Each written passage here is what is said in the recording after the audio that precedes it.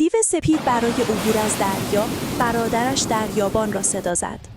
غول مهربان دریا آنها را بر قایقی عظیم سوار کرد و به سرعت باد به ساحل دره وحشت رساند، جایی که جنگل‌های تاریک انتظارشان را می‌کشید.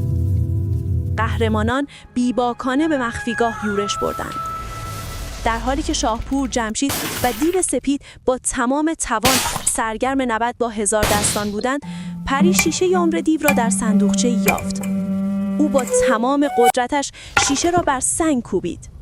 صدای شکستن شیشه بلند شد و دیو هزاردستان دود شد و به آسمان رفت. طلسم تاریکی شکست و پدر و مادر پری آزاد شدند.